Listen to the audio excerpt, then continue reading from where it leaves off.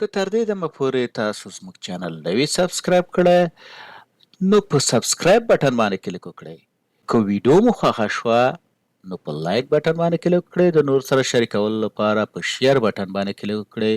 خپل وړاندیزونه او نظرونه د کمنټس په برخه کې زموږ سره شریک کړئ.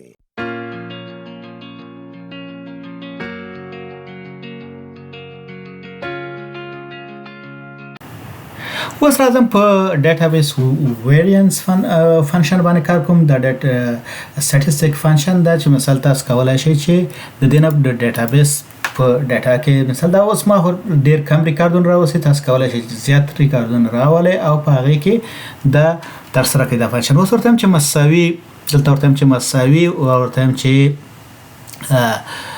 اس ډي variance DVAR دا variance اول چې سم ډیټابیس لومړی ارګومنټ یا سیکشن چې ده پارت چې ډیټابیس دویم فیلډ مثلا کوم فیلډ باندې درته variance راوباسي او بیا ورپسې کریټیریا دا کریټیریا نیسم.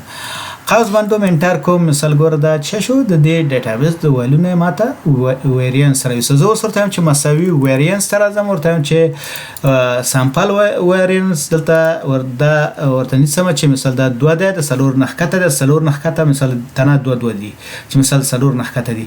بیا راځم ورته دا ویلونه سم قوس باندې انټر مثال دلته وګورئ دا ان ش ریزلټ یعنی نتیجه ان شو دلته راشم دا چینج کوم ورته وایم چې 15 مثال پاس ویریانس به تغییر شي.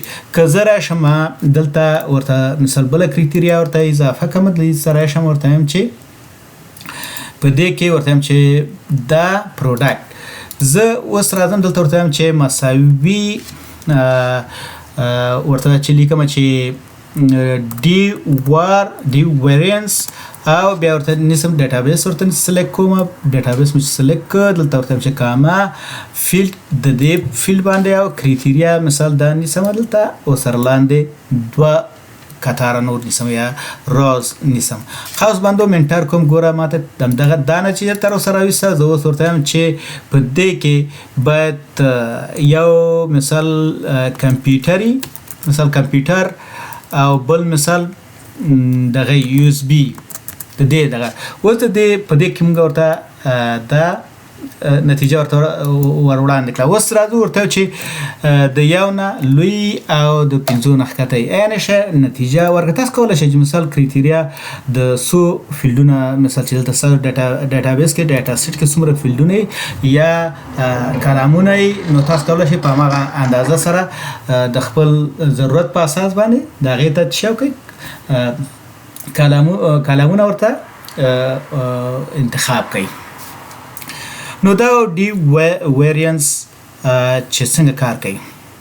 مننه چې تر دې دمه زما سره وي. یو کمنټ چې تاسو خوښ شوی وي او یا تاسو په دې ویډیو کې نوې زده کړی وي د کمنټس په برخه کې ولیکئ. دا ویډیو د نورو زده کوونکو سره هم شریک کړئ ترڅو هغوی هم ترې استفاده وکړي. ستاسو نظرونه شریکول او فعاله ونډه ماته انرژي راکوي چې ترڅو دغه کورس ژر او په سمه توګه بشپړ کړم. نو ستاسو څخه هیله کوم چې خپل نظرونه یا وړاندیزونه زما سره د کمنټ په برخه کې شریک کړئ.